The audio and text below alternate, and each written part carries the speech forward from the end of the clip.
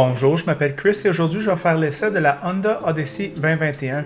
L'extérieur est le look traditionnel de mini-fourgonnette. Il y a une seule mécanique disponible, une automatique 10 vitesses, traction avec un V6. Les nouveautés de 2021 sont une nouvelle calandre, de nouveaux pare-chocs à l'avant. L'intérieur, la deuxième rangée se replie à plat et il y a quelques matériaux et designs légèrement revisés. Le Honda Sensing Suite simplifié offre la technologie familière de sécurité et d'assistance à la conduite de Honda et en appuyant seulement sur un bouton, ça l'active. Il y a aussi le Cabin Watch qui permet de vérifier vos enfants en vidéo dans l'infodivertissement et un système d'annonce qui utilise le système audio pour parler aux passagers arrière. Le modèle de base est livré avec un système audio 7 haut-parleurs, la balayeuse, des roues 18 pouces, une climatisation à 3 zones et des portes coulissantes électriques doubles. Il ne manque qu'un volant chauffant en cuir. Cela est inclus dans l'EXL Navi avec le support lombaire, la navigation, le siège du conducteur réglable en 12 directions électriques avec mémoire et les capteurs de stationnement avant et arrière. Ceci devrait être de série sur un si gros véhicule. Ce Touring tout équipé ajoute des rétroviseurs latéraux à atténuation automatique, des roues attrayantes de 19 pouces, un avertisseur de passager arrière et le Cabin Watch, un système de son de qualité supérieure qui joue très bien pour un Honda, des sièges avant ventilés, parfaits pour cette semaine chaude et humide et un chargeur sans fil pour le téléphone mobile. Le XL me semble le meilleur choix. Je n'ai pas de famille, mais cette Odyssey m'a permis de passer la semaine sans effort. Une pédale de frein facile, un dosage doux de l'accélérateur, un V6 onctueux et une transmission automatique qui fonctionne de manière transparente font de l'Odyssey au-dessus de la moyenne, ainsi que des sièges à confort supérieur et un bruit de vent et de route moyen. Le design intérieur est ancien par rapport à ses concurrents. Cependant, en termes de commodité, rabattre la troisième rangée est un jeu d'enfant comme vous pouvez le voir, mais la deuxième rangée, moins facile. La suspension, elle, est extrêmement souple, mais il n'y a pas de 4 roues motrices. Cela dit, le V6 produit 280 chevaux et 262 livres de couple d'une douceur allemande et la transmission 10 vitesses fait 12,2 litres en ville et 8,5 litres sur l'autoroute. J'ai fait 11,1 litres durant ma semaine. Voici nos pensées sur la route.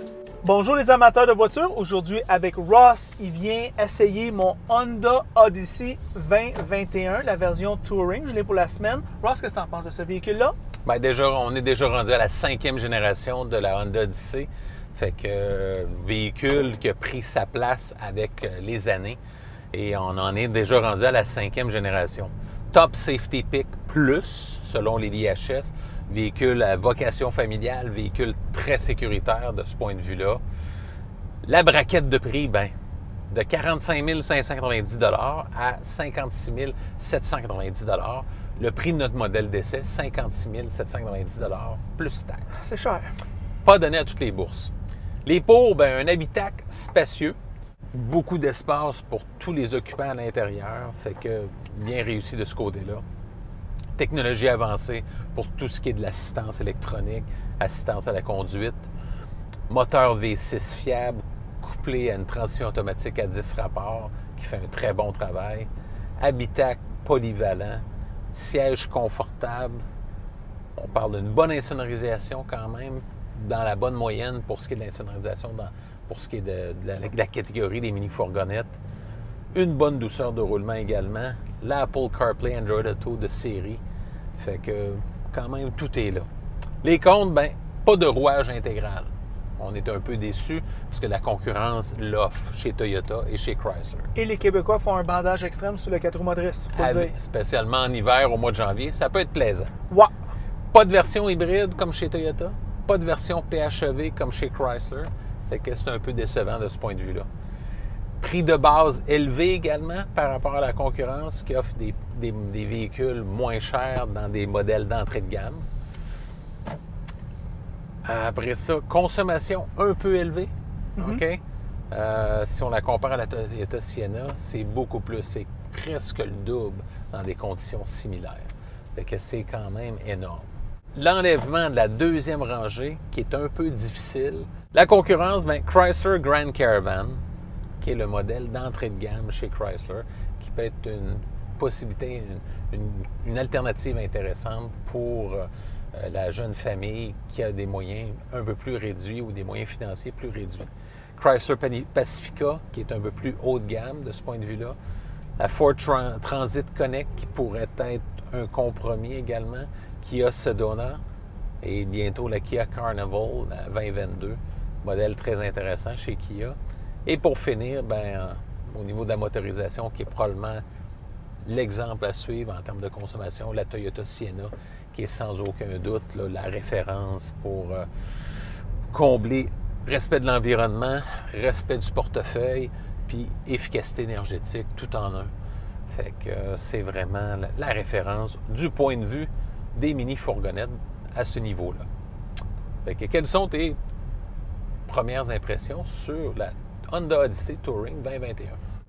Moi, je pense que si vous avez déjà été propriétaire de Honda, si vous avez déjà eu un Honda Odyssey et vous vous demandez, ou plutôt vous vous imaginez comment cette voiture-là doit aller, mais elle va exactement comme vous imaginez, une grosse Honda.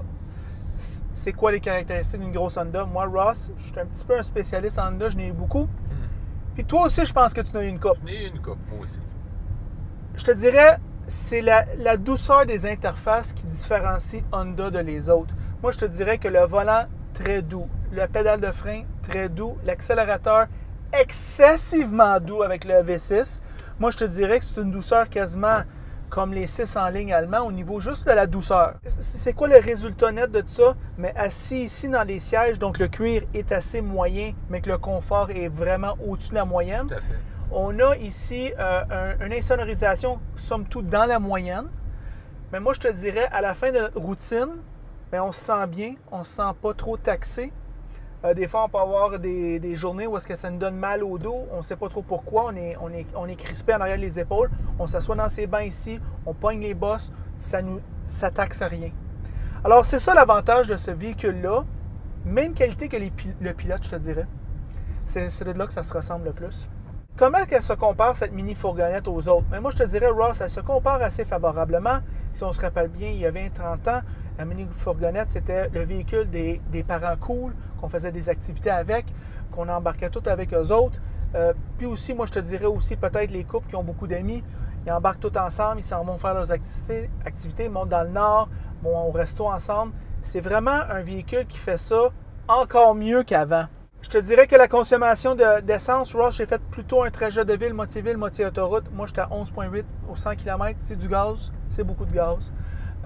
Surtout lorsqu'on compare à la Sienna hybride qui ne coûte pas tellement plus cher et puis que la motorisation, il faut donner à Toyota, l'économie d'essence, elle est là. Moi, je te dirais que le niveau de soins esthétiques au niveau juste du bon goût, du luxe, est peut-être un peu absent de ce Honda comparé à ses concurrents. Pour moi, mes pensées finales, c'est que ce véhicule-là est recommandable à l'achat et à la location. Ross, toi, qu'est-ce que tu en penses? Aucune restriction à la location. Pour ce qui est de l'achat, même chose. Alors, c'est ça nos pensées sur le très bon Honda Odyssey. En passant, si vous aimez la vidéo, aimez-le. Si vous ne l'aimez pas, aimez-le pas. Et si vous l'aimez beaucoup, mais franchement, abonnez-vous à la chaîne. Et c'est tout.